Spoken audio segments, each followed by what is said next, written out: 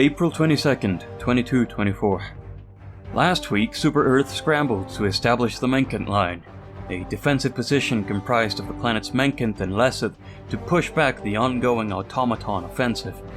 This week, the line has been officially established and is now being reinforced by a freshly built Sea Forward Command Base with recruits and supplies at Vernon Wells.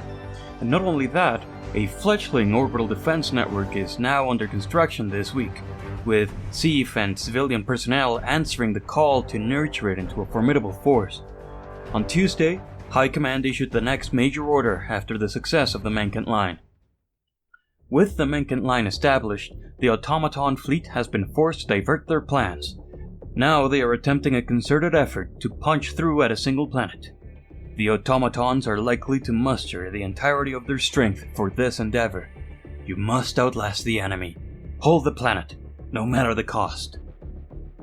Western forces went ahead and descended upon Marfar to stop the Automatons in their tracks. Marfar is an icy body orbiting far from its parent star with glacial temperatures and blizzards ever present on the battlefield. A harsh environment awaited the Helldivers, yet they continued forward to push back the enemy assault. Meanwhile, the build-up at Manant and Lecith continues to prevent the enemy from holding the western side of the Manant line as they support operations in the region. And that brings me to my next point. But we need to go back a few weeks. You see, during Operation Swift Disassembly, Helldivers first encountered towering, four-legged mechanical beasts roaming around the battlefield. Heavily armed and armored, these were the latest automaton units to join the robotic ranks on the front lines. Initially deployed in probing attacks, they are now a mainstay element of the automaton order of battle. High Command issued the following on these units. Intelligence Brief. The Automatons have deployed a new heavy unit, the Factory Strider. Previously deployed in very limited quantities, this massive abomination is a walking automaton fabricator.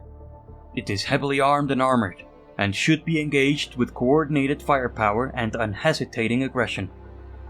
They are colloquially known as the AT-AT, or AT-AT in Helldiver squadrons, an obscure reference to a classical fiction.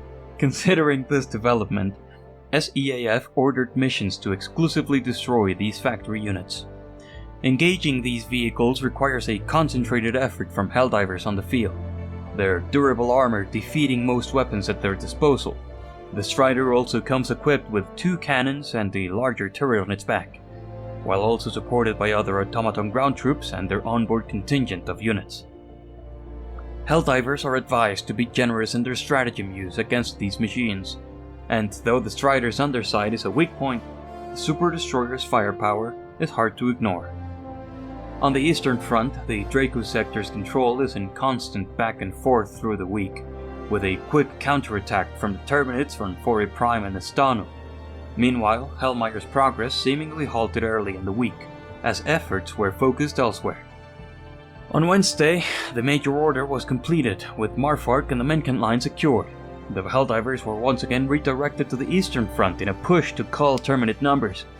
This didn't stop skirmishes in the Andromeda sector, however, but the Terminid front would see much needed reinforcements to keep the enemy at bay.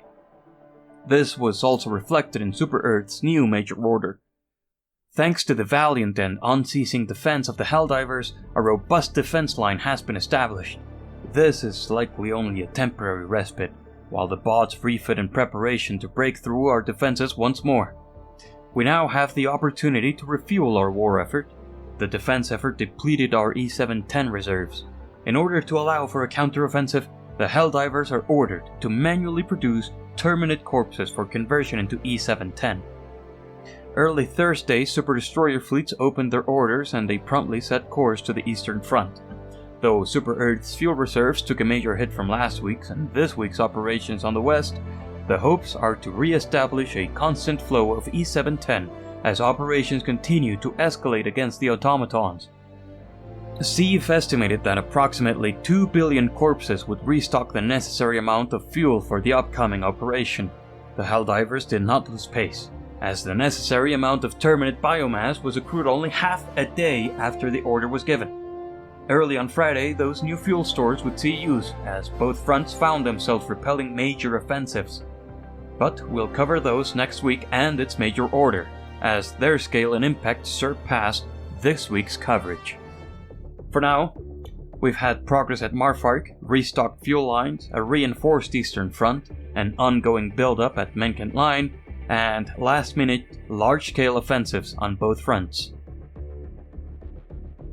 You've been listening to The Galactic War.